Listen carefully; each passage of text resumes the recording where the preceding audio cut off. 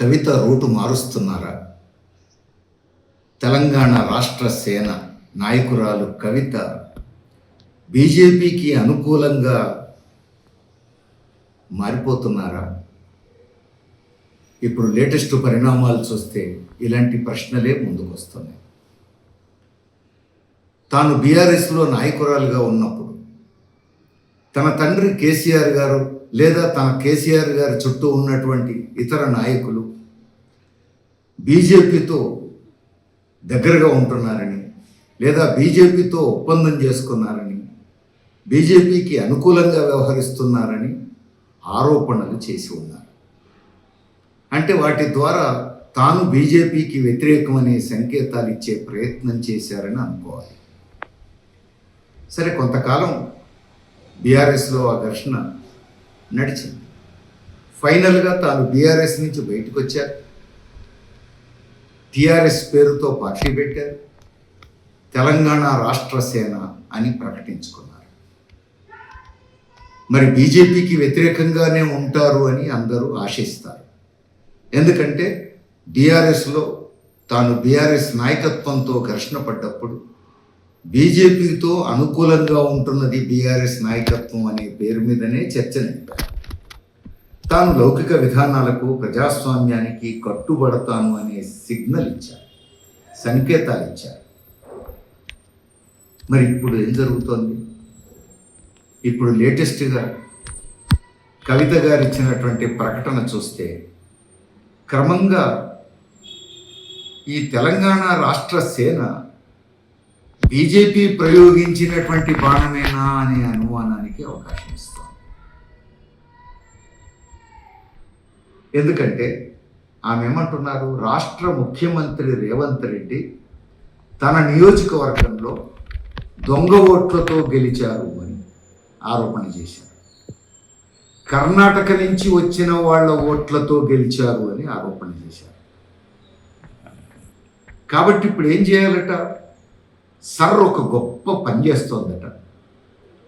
ఈ సర్ పేరుతో జరుగుతున్నటువంటి ప్రక్రియ ప్రకారం ఎన్నికల అధికారులు, ఈ సర్కు సంబంధించినటువంటి అధికారులు రేవంత్ రెడ్డి గారి నియోజకవర్గం మీద ప్రత్యేక దృష్టి పెట్టి ఈ దొంగ ఓట్లను తేల్చాలి అని చెప్పి తాను డిమాండ్ చేస్తున్నారు.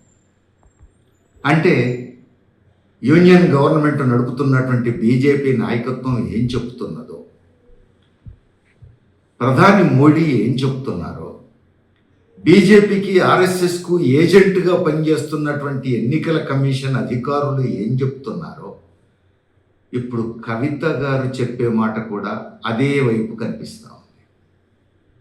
అంటే అంత పెద్ద ఎత్తున దొంగ ఓట్లు ఉన్నాయని, ఆ దొంగ ఓట్లను తొలగించడం కోసమే సర్ పనిచేస్తోందని, ఇప్పుడు రాష్ట్ర ముఖ్యమంత్రి నియోజకవర్గంలో ఆ పని చేయాలి అని చెప్పి తాను మాట్లాడుతున్నారు. అంటే సర్ ప్రక్రియకు చాలా గొప్పతనాన్ని ఆపాదిస్తున్నారు కవిత గారు. సర్ పేరుతో ఎన్నికల కమిషన్ బీహార్లో కానీ, పశ్చిమ బెంగాల్లో కానీ, తమిళనాడులో కానీ బీజేపీకి ఆర్ఎస్ఎస్కు ఏజెంట్గా పనిచేసింది అని ఇప్పటికే రుజువు అవుతా ఉంది. అందుకని తెలంగాణలో కూడా సర్ ప్రక్రియ ప్రారంభం కావడంతో అనేక పార్టీలు ఆందోళన చెందుతున్నాయి. అనేక పార్టీల కార్యకర్తలు అలర్ట్ అయ్యారు. ప్రజలను చైతన్యవంతం చేసే ప్రయత్నం చేస్తున్నారు. సర్ అంటే ఇదేదో అప్రజాస్వామికమైనటువంటి చర్యకు పూనుకుంటున్నది అనే అనుమానం తెలంగాణలో ఈ జరుగుతున్న ప్రక్రియ గురించి ఎంతో కొంత తెలిసిన వాళ్ళందరికీ అనుమానం వ్యక్తం అవుతుంది.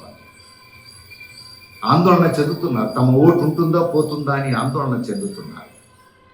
ఇలాంటి సమయంలో సర్ ప్రక్రియకు షుగర్ కోటింగ్ ఇచ్చి ఇది చాలా గొప్పదని చెప్పేటువంటి ప్రయత్నం, అది రకరకాల పద్ధతుల్లో చేయొచ్చని కవిత గారు రుజువు చేస్తున్నారు. రాష్ట్ర ప్రభుత్వాన్ని విమర్శిస్తున్నట్టు ఉండాలి, ముఖ్యమంత్రిని విమర్శిస్తున్నట్టు ఉండాలి.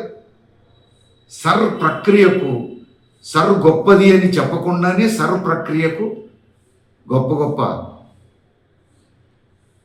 ఆ గొప్పతనాన్ని ఆపాదించాలి. ఇప్పుడు ఆ పని కవిత గారు చేస్తున్నారు.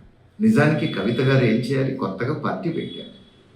అందులో బీజేపీ తప్పుడు విధానాలను వ్యతిరేకిస్తున్నామని చెప్పారు. మరి ఇప్పుడు రాష్ట్రంలో సర్ పేరుతో జరుగుతున్న ప్రక్రియ రానున్న కాలంలో ప్రజాస్వామ్యాన్ని మంటగలిపేందుకు చేసే ప్రక్రియలో భాగమయ్యే అవకాశం ఉంది అని కవిత గారు ఎందుకు అనుకోవట్లేదు? బెంగాల్ అనుభవం తెలియదా? బీహార్ అనుభవం తెలియదా? తమిళనాడు అనుభవం తెలియదా? కవిత గారికి ఇవేవి తెలియవనుకోవాలా?